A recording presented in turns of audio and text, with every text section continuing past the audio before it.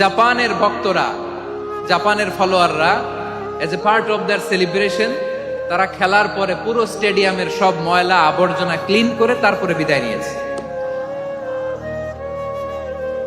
তাদেরকে কি ক্লিন করার দায়িত্ব দেওয়া হয়েছিল? এই যশোর, জাপানের যে ছেলেরা খেলা দেখতে গেছিল ওদেরকে কি ক্লিন করার দায়িত্ব দিছিল? তারা কি স্টেডিয়ামের পরিচ্ছন্নতা কর্মী? তাদের আকল, তাদের সিক্স সেন্স তাদেরকে বলেছে। ছোটবেলা থেকে জাপান গভর্নমেন্ট ওদেরকে এত পরিচ্ছন্নতা শেখায়, ক্লিনলিনেস অ্যাওয়ারনেস ক্যাম্পেইন করায়। ক্লাসে আমি দেখেছি, ক্লাসে নিজের বেঞ্চ নিজে মুছে, ক্লাসের মাঝখানে একটা সময় দেয়, নিজের টেবিল নিজে মুছে, নিজের ক্লাসরুমটা নিজে পরিষ্কার করে। রাস্তাঘাটে একটা ধুলা নাই, ময়লা নাই, একটা টিস্যু নাই। খেলার পরে গোটা বিশ্বকে তাক লাগিয়ে দিয়েছে। জাপানের ফ্যানরা সবার রেখে যাওয়া গার্বেজ, টিস্যু, বোতল পরিষ্কার করে তারপরে স্টেডিয়াম থেকে বিদায় নিয়েছে। আমরা কেন এমন হইতে পারলাম না? আমরা কেন এমন হইতে পারলাম না? জাপানের যারা এগুলো করছে ওদের তিনটা করে চোখ না? চোখ তো তিনটা জাপানো লাগো, জাপানো লাগো। হাত তো চারটা, কান তো ছয়টা। হ্যাঁ, নাকি আমার মতো দুই হাত দুই কানওয়ালা মানুষ? চোখে দেখলে ওটা মানুষ না। চিন্তা করছেন? তার মানে জাপানিজদেরকে যে গ্রুমিং করে শিখানোর মাধ্যমে পরিচ্ছন্ন বানানো গেছে, ওরা যেমনি মানুষ আমরাও মানুষ। আমাদের সন্তানদেরকে শেখালে তারাও পারবে, পারবে কিনা? 2 নম্বর উদাহরণ বলি। চট্টগ্রাম ফেনীতে যারা গিয়েছেন, মেঘনা গোমতী ব্রিজ প্রকল্প নাম শুনছেন? মেঘনা একটা ব্রিজ পার হওয়া লাগে। এই মেঘনা গোমতী, এখানে 3টা ব্রিজ, কাঁচপুর সহ এই 3টা ব্রিজের নির্মাণ কাজ, রেনোভেশনের কাজ দেয়া হয়েছিল জাপানের একটা কোম্পানিকে। কাকে? জাপানের কোম্পানি। নির্মাণ শেষে 738 কোটি টাকা বেঁচে গেছিল, এটা গভর্নমেন্টের হাতে দিয়ে তারা বিদায় নিয়েছে। কত টাকা? 738 কোটি টাকা। যত প্রাক্কলিত ব্যয় নির্ধারণ করা হয়েছে সব টাকা সরকার, তৎকালীন সরকার 2019-এর সরকার, কারা ছিল তো জানেন? এই 2019-এর সরকার তাদেরকে দিয়েছে। তারা রিনোভেশন নির্মাণ শেষে 738 কোটি টাকা অতিরিক্ত বেঁচে গেছিল, এটা আবার গভর্নমেন্টের হাতে বুঝাই দিয়ে তারা বিদায় নিচ্ছে। আমরা কেন এমন হইতে পারলাম না? জাপানের ওরাও মানুষ, আমরাও মানুষ। তার মানে মানুষে মানুষে পার্থক্য আছে না নাই? আচ্ছা, জাপানের 2টা উদাহরণ দিলাম, এবার আমার দেশের 2টা উদাহরণ দিব না?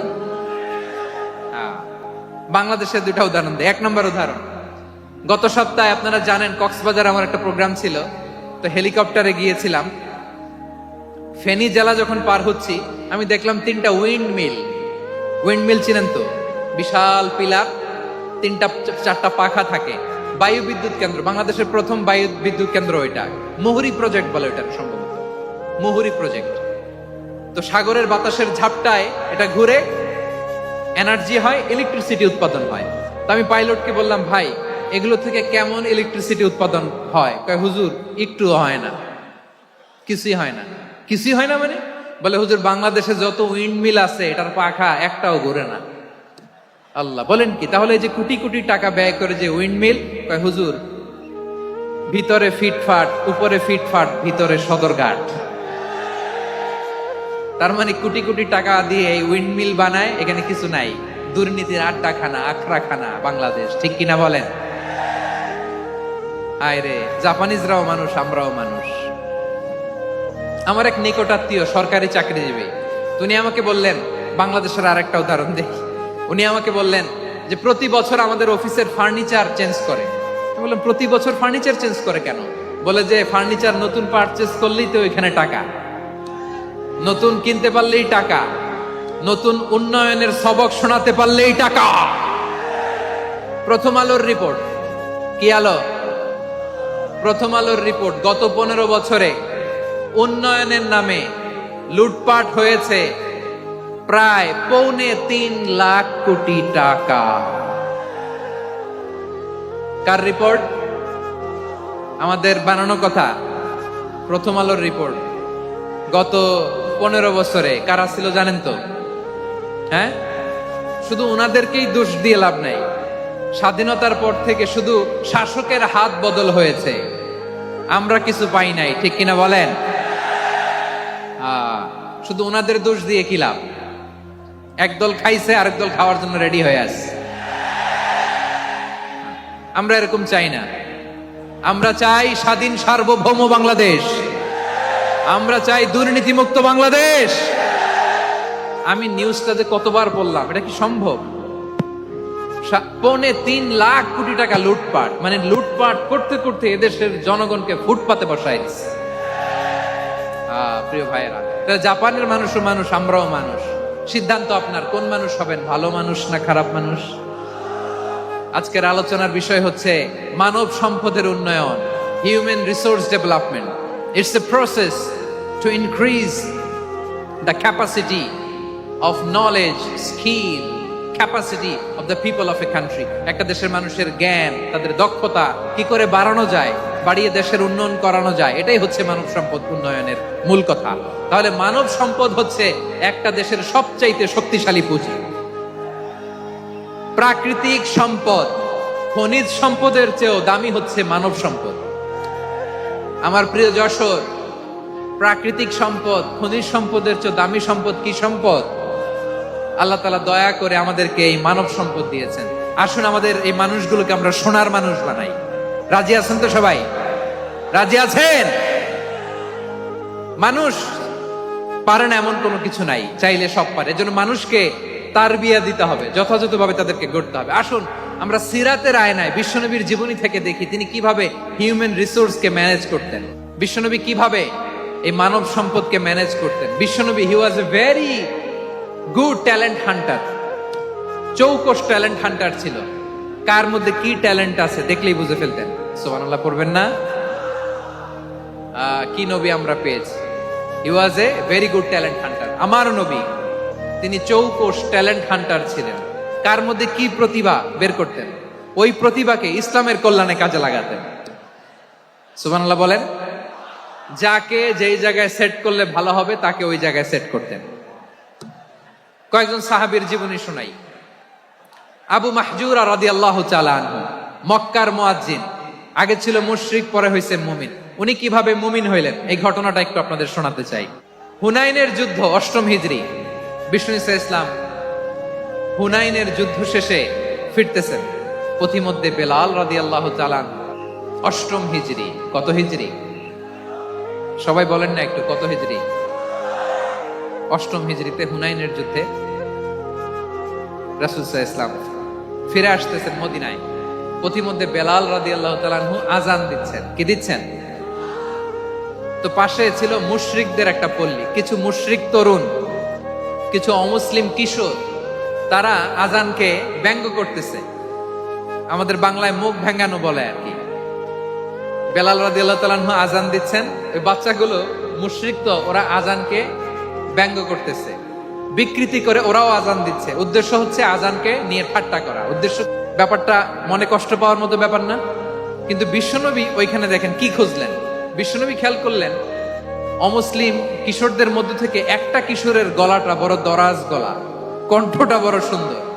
খেয়াল করে দেখলেন যে কিছু কিশোর বেলালের আযানকে ব্যঙ্গ করে, বিকৃতি করে, কিন্তু একজনের কণ্ঠ দেখতে পাচ্ছেন না এত দূরে, কিন্তু কণ্ঠটা বড় সুন্দর, দরাজ গলা। বিশ্বনবী সাহাবীদেরকে বললেন, ধরো এগুলারে, ধরো। সবগুলারে ধরে বিশ্বনবীর সামনে আনা হলো। ওরা হাঁটু গেড়ে বসলো।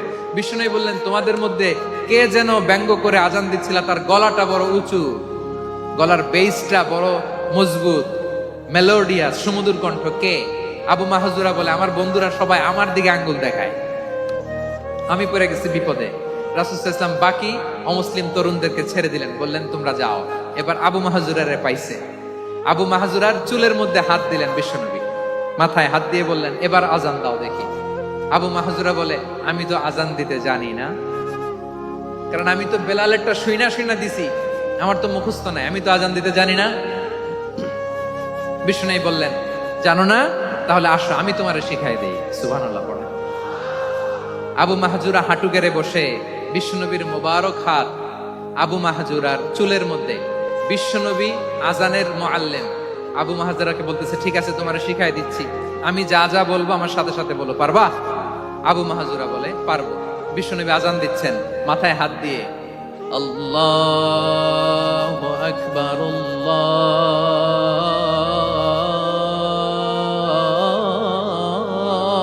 আল্লাহু আকবার। আবু মাহাজুরা এই বাক্যটা পড়লেন। বিশ্বনবী দ্বিতীয় বাক্য পড়তে আরম্ভ করলেন, আল্লাহু আকবার, আল্লাহু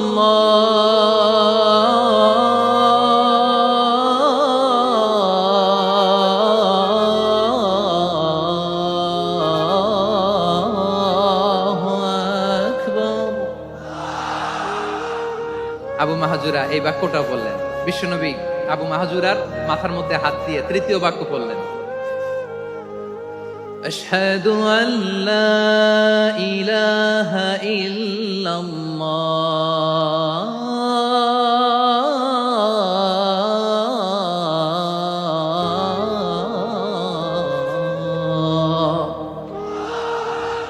আবু মাহাজুরা তৃতীয় বাক্য বললেন। বিশ্বনবী একটা বাক্য পরে আবু মাহাজুরা পরে, বিশ্বনবী পরে আবু মাহাজুরা পরে। আবু মাহাজুরা কিন্তু অমুসলিম, মুশরিক। আবু মাহাজুরা বলে, এক একটা বাক্য পড়ি আমার কলিজাটা গলে ঠান্ডা হয়ে যায়। এতদিন মোহাম্মদকে গালি দিতাম, এখন মোহাম্মদ আমার মাথায় যখন হাত রাখছে আমার সারা শরীর ঠান্ডা হয়ে গেছে।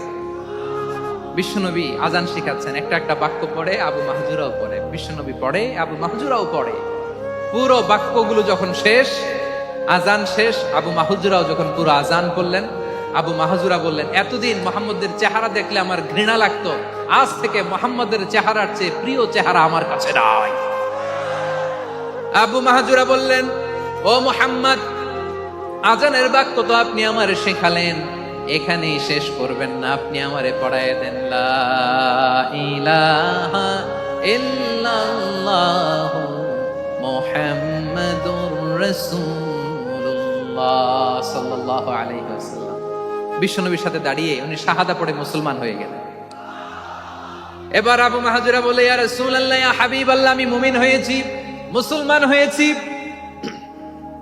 আপনার কাছ থেকে আজান শিখার সৌভাগ্য আমি লাভ করেছি গো নবী। আমার কণ্ঠের বড় তারিফ করেছেন, আপনি আমার আজানকে আপনি পছন্দ করেছেন। একটা জিনিস আপনার কাছে চাই, আপনি আমাকে মক্কার মসজিদুল হারামের মুয়াজ্জিন হিসেবে অ্যাপয়েন্ট করে দেন। বিষ্ণু ইসা ইসলাম বললেন, যাও আবু মাহজুরা, আমি তোমাকে পৃথিবীর শ্রেষ্ঠতম মসজিদ মক্কার মসজিদুল হারামের মুয়াজ্জিন হিসেবে অ্যাপয়েন্ট করে দিল। দেখছেন কিভাবে ট্যালেন্ট হান্টিং করতে হয়, কিভাবে হিউম্যান রিসোর্স মানব সম্পদকে ব্যবহার করতে হয়। আসছিল আজানকে ভেঙাইতে, আসছিল কেন? আজানকে ব্যঙ্গ করার জন্য, বিকৃত করার জন্য। আজানকে বিকৃত করতে যে ইসলামের সবচেয়ে শ্রেষ্ঠ মসজিদের মুয়াজ্জিন হয়ে গেল। পড়েন সুবহানাল্লাহ। হযরত আবু মাহজুরা রাদিয়াল্লাহু তাআলা আনহু ওনার এই সুললিত কণ্ঠ ব্যবহার করে মসজিদুল হারামে এত সুন্দর করে আল্লাহু আকবার বলে আজান দিতেন। মানুষগুলোর, মুসল্লিগুলোর, মক্কাবাসীর হৃদয়কে তিনি বিগলিত করে দিতেন। মানুষের হৃদয়কে ঠান্ডা হয়ে যেত। শুধু এখানেই শেষ না আমার যশোরের ভাইয়েরা। বিশ্বনবী যখন সাইয়েদনা আবু মাহজুরা রাদিয়াল্লাহু তাআলা আনহুকে আজান শিখাচ্ছিলেন, বলেন তো বিশ্বনবীর হাতটা কোথায় ছিল? আবু মাহজুরার মাথার সামনে, এই চুলের উপরে ছিল।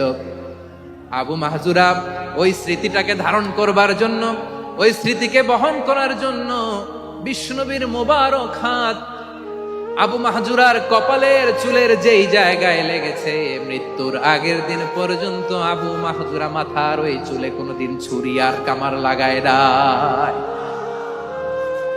সেখানে কেচি লাগায় নাই, চুলের মধ্যে খুর লাগায় নাই। আবু মাহজুরা ডান দিকের চুল কাটতো, বাম দিকের চুল কাটতো, পেছনের চুল কাটতো, সামনের চুল কাটতো না।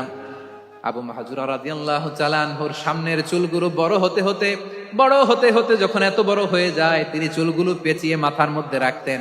তারপরে তিনি পাগড়ি পরতেন। সবাই জিজ্ঞেস করতো, আবু মাহজুরা, এটা আবার কেমন স্টাইল? দেখতে তোমারে কি বিদঘুটে লাগে? কেমন অড লাগে? কেমন খারাপ দেখা যায়? মক্কায় এমন কোন মানুষ তো দেখি নাই, ডানে চুল কাটে, বায়ে চুল কাটে, পেছনে চুল কাটে, সামনে কাটে না। ওরে আবু মাহজুরা, কেমন দেখা যায় তোমারে? তুমি সামনের চুল কাটো না কেন? আবু মাহজুরা বলে, আমি হাঁটু গেড়ে পেয়ারা নবীর সামনে বসেছিলাম, আমার এই মাথার চুলের মধ্যে মুবারক হাত লাগিয়ে বিশ্বনবী নিজে আমাকে আজানের প্রতিটা বাক্য শিক্ষা দিয়েছেন। বিশ্বনবীর মোবারক হাত, পবিত্র হাত আমার মাথার চুলের যে জায়গায় লেগেছে, আমি চাই ওই চুলগুলা নিয়ে আমি আমার কবরের ভিতরে যাব। সাইয়েদনা আবু মাহজুরা রাদিয়াল্লাহু তাআলা আনহু ইন্তেকালের আগের পর্যন্ত মাথার সামনের চুলগুলা কাটে নাই। সামনের চুলগুলো বড় হতে হতে এত বড় ছিল, পেঁচিয়ে রেখে পাগড়ি পরতেন, কাটতেন না। নবীর হাত লেগেছিল। সুবহানাল্লাহ পড়েন। তাহলে what is the lesson? Moral of the story কি? মোরাল অফ দ্য স্টোরি হচ্ছে, আসছিল আজানকে ব্যঙ্গ করার জন্য, বিকৃত করার জন্য, হয়ে গেল মসজিদুল হারামের মুয়াজ্জিন। দেখেন বিশ্বনবী একটা খারাপ সিচুয়েশনের মধ্যে থেকে কি ভালো জিনিস বের করে আনলেন। আমি যে শুরুতে বলেছি কিভাবে তিনি হিউম্যান রিসোর্সকে ডেভেলপ করেছেন, ম্যানেজ করেছেন। তিনি যে চৌকস ট্যালেন্ট হান্টার ছিল, দেখেন সবার মধ্যে থেকে এরে বাছাই করে মুয়াজ্জিন বানাই দিয়েছেন। সুবহানাল্লাহ পড়েন। তার মানে এই না সবাইরে ধরে ধরে উনি মুয়াজ্জিন বানাইছেন। যার যেই ট্যালেন্ট আছে তাকে ওই কাজে অ্যাসাইন করেছেন। যার যেই প্রতিভা আছে তার প্রতিভাকে ইসলামের কাজে লাগিয়েছেন। সুবহানাল্লাহ পড়েন। যায়েদ বিন সাবিত রাদিয়াল্লাহু তাআলা আনহু নাম শুনেছেন? যশোর কথা বেরোয় না। যদি জিগায় সালমান খানের নাম শুনছেন, সবাই হাত তুলবে, জি হুজুর শুনছি, মানে সব দেখা শেষ। সালমান খান, আমির খান, অমুক খান, সব খান মুখস্থ, কিন্তু যায়েদ বিন সাবিতের নাম মুখস্থ নাই মুসলমানদের। যে সাহাবী মাথার সামনের চুল কাটে নাই, মসজিদুল হারামের মুয়াজ্জিন বানাইছেন বিশ্বনবী, সাহাবীর নাম কি? খায়া ফেলাইছে, স্লোগানের সাথে খায়া ফেলাইছে। আবু মাহজুরা। কি নাম? আবু মাহজুরা আল জুমাহি রাদিয়াল্লাহু তাআলা। এই নামটা আজকে নিয়ে যাইতে হবে যশোর। আবু মাহজুরা রাদিয়াল্লাহু তাআলা। দুই নম্বরে বলছিলাম যায়েদ বিন সাবিত রাদিয়াল্লাহু তাআলা। বিশ্বনবী দেখলেন মদিনার এই আনসারী সাহাবী হাইলি ট্যালেন্টেড, ইন্টেলেকচুয়াল, মেরিটোরিয়াস, জ্ঞানের প্রতি তার আকর্ষণ, মারাত্মক আকর্ষণ। বিশ্বনবী তাকে দায়িত্ব দিলেন, কোরআন যা নাজিল হয় তুমি লিখো, কাতিবুল ওহী বানায় দিলেন। সুবহানাল্লাহ। যায়েদ বিন সাবিতরে আবার আজান শেখান নাই, কারণ তার মধ্যে বিশ্বনবী প্রতিভা দেখেছেন, একাডেমিক প্রতিভা। বিশ্বনবীর একাডেমিক প্রজেক্ট গুলো তিনি হ্যান্ডেল করতেন। যায়েদ বিন সাবিত ছিল বিশ্বনবীর ব্যক্তিগত সচিব। কি ছিল? ব্যক্তিগত সচিব। বোঝেন নাই? বিশ্বনবীর ব্যক্তিগত সচিব এবং দোভাষী। ইহুদিরা কিছু লিখে দিলে এটার অর্থ বিশ্বনবীরে বুঝায় দিতেন, আবার ইহুদিদের কাছে কিছু লিখতে হলে তিনি লিখে দিতেন। বিশ্বনবী একদিন বললেন, ইন্নী ওয়াল্লাহি মা আমানু ইয়াহুদা আলা কিতাব। ইহুদিরা বুঝি না, আরেক ইহুদি আইনে অর্থ করা লাগে। আবার ইহুদিদের কাছে কিছু লিখে পাঠাইতে চাইলে আমরা তো লিখতে পারি না, ইহুদিরে দিয়ে লেখা লাগে। ওরা যে পয়রা শোনায় লিখে দেয়, আমি ওদের বিশ্বাস করি না। আমার নিজের একজন লোক দরকার। বিশ্বনবী এই যায়েদ বিন সাবিতকে চুজ করলেন ল্যাঙ্গুয়েজের জন্য। উনি বললেন, যায়েদ তোমার সফট স্কিলকে ডেভেলপ করতে হবে, তুমি হিব্রু ল্যাঙ্গুয়েজ শিখে ফেলো। যায়েদ বিন সাবিত বলল, বিশ্বনবীর মোটিভেশন আর ইন্সপিরেশন পেয়ে আমি 15 দিনে ইহুদিদের এই হিব্রু ল্যাঙ্গুয়েজ শিখে ফেললাম। শুধু শিখে ফেললাম না, হাত্তা হাদিকতু, even I became master in the language. এই ভাষা আমি পারদর্শী হয়ে গেলাম। এরপরে ইহুদিরা চিঠি লিখে পাঠালে আর কোন ইহুদি ডাকা লাগতো না, আমি নবীর এটার অর্থ শুনে পরে বুঝাই দিতাম। আবার ইহুদিদের কাছে চিঠি লেখা লাগলে আমি যায়েদ বিন সাবিত চিঠি লিখে দিতাম। সুবহানাল্লাহ। দেখেন এত সাহাবীর মধ্য থেকে বিশ্বনবীর একাডেমিক প্রজেক্ট, ব্যক্তিগত সচিব, দোভাষী হিসেবে তিনি যায়েদ বিন সাবিতের মতো তরুণকে নির্বাচিত করেছেন। কেমন ট্যালেন্ট হান্টার ছিল আমার নবী। সুবহানাল্লাহ পড়বেন না? বিশ্বনবীর ইন্তেকালের পরে সাইয়েদনা আবু বকর রাদিয়াল্লাহু তাআলা আনহু যখন খলিফা হয়ে আসলেন, কোরআনকে সংকলনের দায়িত্ব দেয়া লাগবে, কোন সাহাবীকে দিবেন? সব সাহাবারা মিলে পরামর্শ করলেন। সাইয়েদনা আবু বকর, ওমর সবাই মিলে এই বিশাল কোরআন সংকলনের গুরু দায়িত্ব বিশ্বনবীর ব্যক্তিগত সচিব, বিশ্বনবীর দোভাষী, বিশ্বনবীর সিলেক্ট করাই লোক যায়েদ ইবনে সাবিত রাদিয়াল্লাহু তাআলা আনহুকে দিয়েছে। কোরআনের কবি তো আজকে এখানে রাখে নাই। এই যে আজকের যে কোরআন পড়েন, এটা আগে এরকম ছিল না। কোরআন নাজিল হলে সাহাবারা চামড়ার, ওটের চামড়ায় লিখে ফেলতো, ওটের চ্যাপ্টা হাড্ডির মধ্যে লিখে ফেলতো, গাছের গুড়ির মধ্যে লিখে ফেলতো। বিভিন্ন জনের কাছে ছড়ানো ছিটানো ছিল। আবু বকর রাদিয়াল্লাহু তাআলা আনহু একসাথে করলেন, পরবর্তীতে উসমান রাদিয়াল্লাহু তাআলা আনহু একসাথে করলেন 114 সূরার। এখন এই মুসহাফ, এই কম্পাইলেশন, এই কপি আমরা পেয়েছি, যার হিউজ কন্ট্রিবিউশন ছিল। এই পুরো কোরআন কম্পাইলেশনের প্রজেক্ট ম্যানেজার ছিল যায়েদ বিন সাবিত রাদিয়াল্লাহু তাআলা। কোরআন কম্পাইলেশনের প্রজেক্ট ম্যানেজার। দেখেন, উনারে মাথায় হাত দিয়ে আজান শিখায় নাই, সুবহানাল্লাহ কইবেন না? তাহলে প্রথম সাহাবী আবু মাহজুরাকে মুয়াজ্জিন বানাইলেন, যায়েদ বিন সাবিতকে ব্যক্তিগত সচিব আর দোভাষী বানালেন, মুসআব ইবনে উমাইর রাদিয়াল্লাহু তাআলা আনহুকে ইসলামের প্রথম অ্যাম্বাসেডর বানালেন। তাহলে তৃতীয় নাম্বার একজন সাহাবীর নাম বলছি, Musab ibn Umair. He was the first ambassador in Islam. ইসলামের প্রথম ডিপ্লোম্যাট, প্রথম কূটনৈতিক, ইসলামের প্রথম কূটনৈতিক, ইসলামের প্রথম ডিপ্লোম্যাট, প্রথম অ্যাম্বাসেডর মুসআব ইবনে উমাইর। মক্কার তরুণ যুবক, উনি পারফিউম লাগাইলে মানুষ দেখলেই বুঝতো এটা মুসআব লাগাইছে। এমন ড্যাশিং ফেসের ছিল, এমন স্মার্ট ড্যাশিং ফেস, এমন পার্সোনালিটির মানুষ ছিল মুসআব রাদিয়াল্লাহু তাআলা। কারণ যিনি ইসলামের স্পোকম্যান হবেন, মুখপাত্র হবেন, তার স্মার্ট পাওয়ার দরকার আছে না নাই? আকাবার প্রথম শপথ যখন হলো, তাদের সাথে বিষ্ণু ইসা ইসলাম মদিনাতে একজন মুখপাত্র পাঠালেন, ডিপ্লোম্যাটকে পাঠালেন, অ্যাম্বাসেডর অফ ইসলাম। তিনি হচ্ছেন মুসআব ইবনে উমাইর। পড়েন সুবহানাল্লাহ। বিশ্বনবী দেখলেন সে অনেক স্মার্ট, তার ডেডিকেশন আছে, সিনসিয়ারিটি আছে, এবং মদিনায় যে আউস খাজরাজ গোত্রের নেতাদের সাথে ডিল করতে হবে, ইহুদিদের সাথে ডিল করতে হবে, ওখানে একজন পাক্কা জানু খেলোয়াড়ের দরকার আছে না নাই? মুসআব ইবনে উমাইর রাদিয়াল্লাহু তাআলা আনহু, ওনাকে বিষ্ণু ইসা ইসলাম চুজ করলেন। এবং বিষ্ণু ইসা ইসলামের এই চুজিংটা, এই সিলেকশনটা এত সুন্দর ছিল, তিনি মদিনাতে যে বিশ্বনবী আসার আগেই মদিনার জমিনকে তিনি উর্বর করে ফেলছেন। প্রতিটা ঘরে ঘরে কালিমার দাওয়াত তিনি পৌঁছায় দিয়েছেন। জুমার বিধান নাজিল হয়েছে, কিন্তু মক্কায় পরিবেশ নাই জুমা পালনের। বিষ্ণু ইসা ইসলাম একজনকে দিয়ে খবর পাঠালেন, যাও মদিনায় মুসাবকে যে বলো, মুসাব তো আমার শিক্ষক, আমার স্পোকম্যান, মদিনাতে যেন তারা জুমা কায়েম করে। বিশ্বনবীর আগেই মুসআব মদিনার মুসলিমদেরকে নিয়ে মদিনায় প্রথম জুমা কায়েম করে ফেলছে। সুবহানাল্লাহ। ডিপ্লোম্যাটদের কেমন হইতে হয়, অ্যাম্বাসেডারের কেমন হইতে হয়, মুসআব রাদিয়াল্লাহু তাআলা আনহুর কাছ থেকে শিখে নাও। মুসআব নামটা কেমন লাগে? যশোর যাদের সন্তান হবে, ছেলে সন্তান, আমার রাস্তায় পাইলে সবাই জিজ্ঞেস করে, হুজুর একটা নাম দেন, আমার ছেলে হবে। যশোরবাসীর জন্য আমি একটা নাম দিয়ে দিলাম, নাম রাখতে হবে মুসআব। কি নাম? নামটা যাদের ভাল লাগে, ছেলে সন্তান অনাগত আসবে, মনে চাইলে নাম রেখে দিবেন মুসআব রাদিয়াল্লাহু তাআলা আনহুর নামে মুসআব। তাহলে মুসআব রাদিয়াল্লাহু তাআলা আনহুকে বিশ্বনবী ল্যাঙ্গুয়েজ শিখান নাই, সফট স্কিল শিখান নাই। যায়েদ রাদিয়াল্লাহু, তিনি হিব্রু ল্যাঙ্গুয়েজ শিখেছেন, সুরিয়ানি শিখেছেন, কিন্তু মুসআবকে তিনি বানিয়েছেন the spokesman of Islam, the first diplomat, the ambassador of Islam. সুবহানাল্লাহ পড়বেন না? আব্দুল্লাহ ইবনে আব্বাস রাদিয়াল্লাহু তাআলা আনহু, বিশ্বনবীর কাজিন, চাচাতো ভাই। আবার মাইমুনা রাদিয়াল্লাহু তাআলা আনহু, মাইমুনা নবীর স্ত্রী, তিনি ছিলেন আব্দুল্লাহর আপন খালা। তো নবীর বউ যদি উনার খালা হয়, নবী তার কি? বুঝে নাই, নবী তার কি? খালু।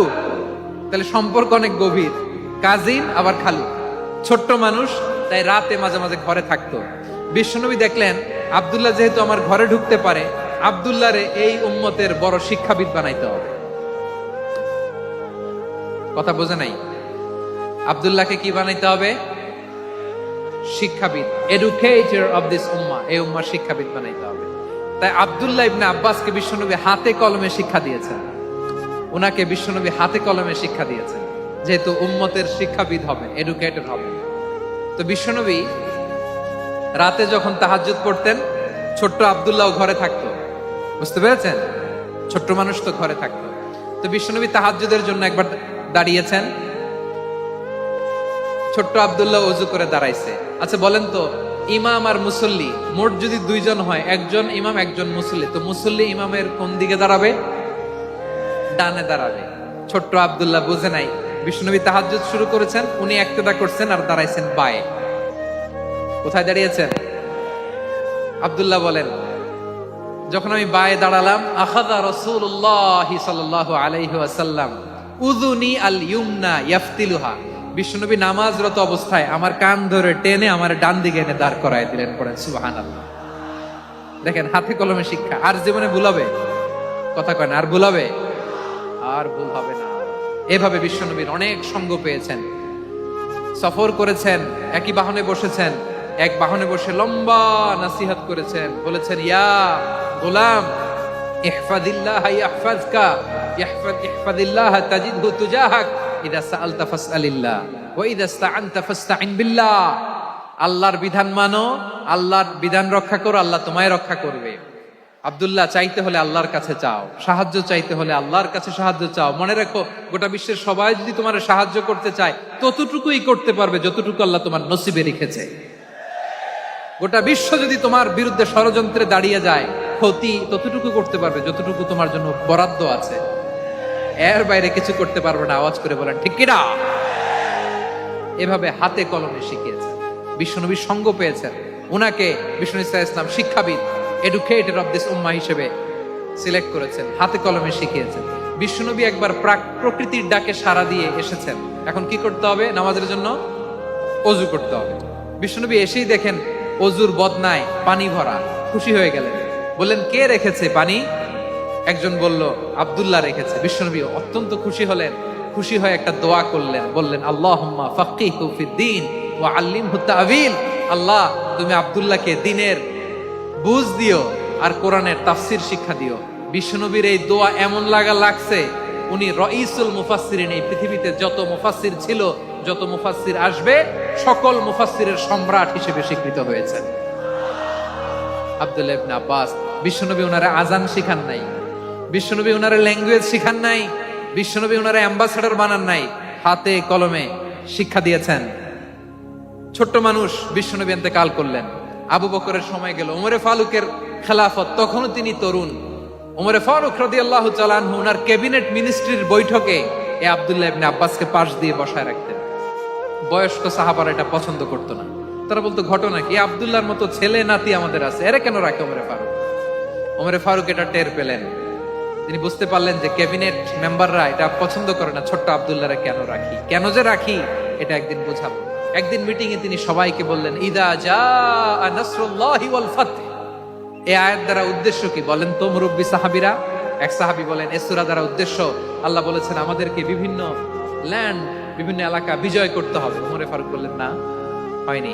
আরেকজন বললেন বিজয় হওয়ার পর আমাদের বেশি বেশি আল্লাহর বরত্বের ঘোষণা দিতে হবে, এটা উদ্দেশ্য। ওমরে ফারুক বললেন না, হয় নাই। যারা জিজ্ঞেস করেন কেউ পারে না। সব শেষে বিশ্বনবী ছোট্ট আব্দুল্লাহরে বলেন আব্দুল্লাহ ইদা জাআ নাসরুল্লাহি ওয়াল ফাতহ, এর দ্বারা উদ্দেশ্য কি বলো তো?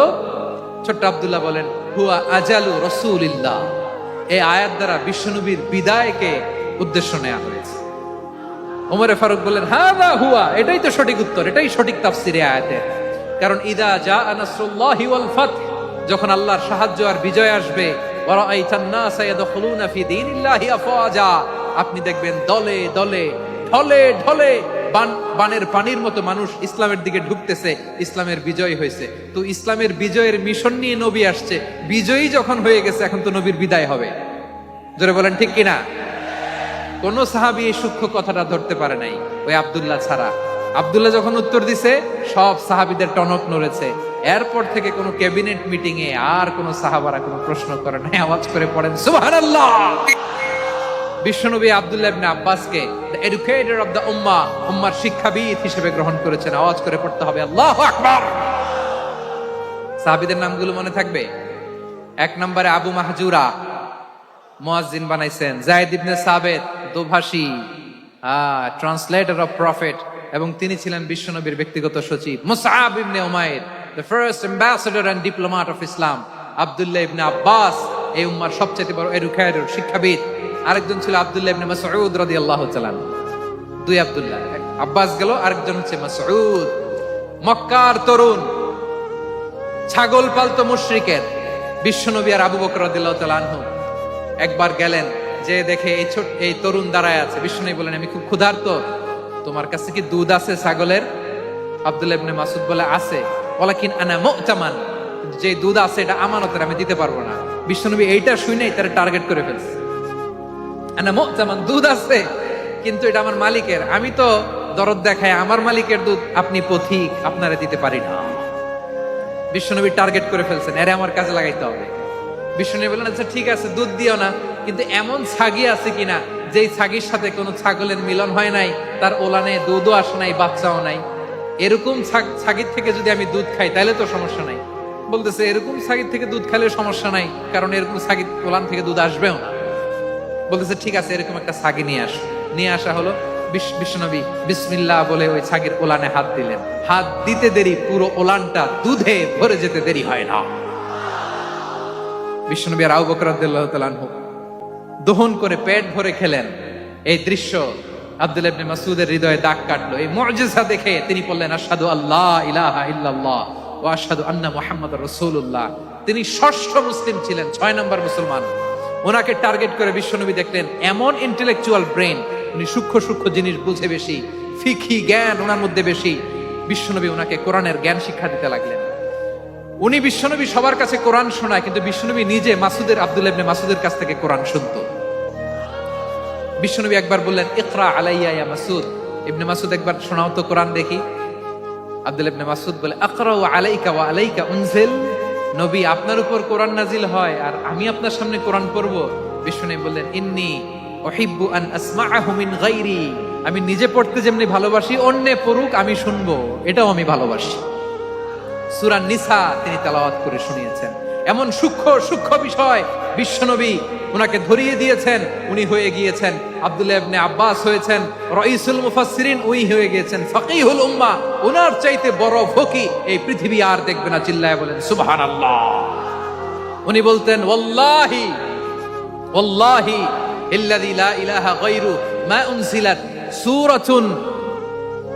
উনজিলাত সূরাতুন ইল্লা ওয়া আনা আ'লামু আইনা উনজিলাত ওয়া ফীমা উনজিলাত। বিশ্বনবী এমন ভাবে কোরআনের দার্স আমাকে দিয়েছেন, কোরআনে যত সূরা নাজিল হয়েছে, যেখানে নাজিল হোক না কেন আমি জানি এটা কোথায় নাজিল হয়েছে এবং কোন প্রেক্ষাপটে নাজিল হয়েছে। এমন একটা সূরা নাই যে সূরার কোথায় নাজিল হয়েছে আমি মাসুদের জানা নাই, কোন প্রেক্ষাপটে নাজিল হয়েছে আমার জানা নাই। এরকম ঘটবে না। চিল্লায় বলেন আল্লাহু আকবার। এই আব্দুল্লাহ ইবনে মাসউদ রাদিয়াল্লাহু তাআলা আনহু ওমর ফারুকের সময় কুফার চিফ জাস্টিস ছিলেন। কুফা নগরের চিফ জাস্টিস। চিফ জাস্টিস বুঝেন নাই? বিচারপতি। কি ছিলেন? সবাই বলে নাই কি ছিলেন? বিচারপতি ছিলেন। এবং ওনার যে ফিকহি জ্ঞানের ধারা, এটাই আলকামা, ইব্রাহিম আন-নাখাই, হাম্মাদ ইবনে সুলাইমান হয়ে ইমাম আবু হানিফা পর্যন্ত পৌঁছেছে। এবং ওনার ফিকহি জ্ঞানের ধারাই হানাফি মাযহাবে অ্যাকসেপ্ট হয়েছে। আজও এগুলো হানাফি মাযহাবে চর্চিত হয়।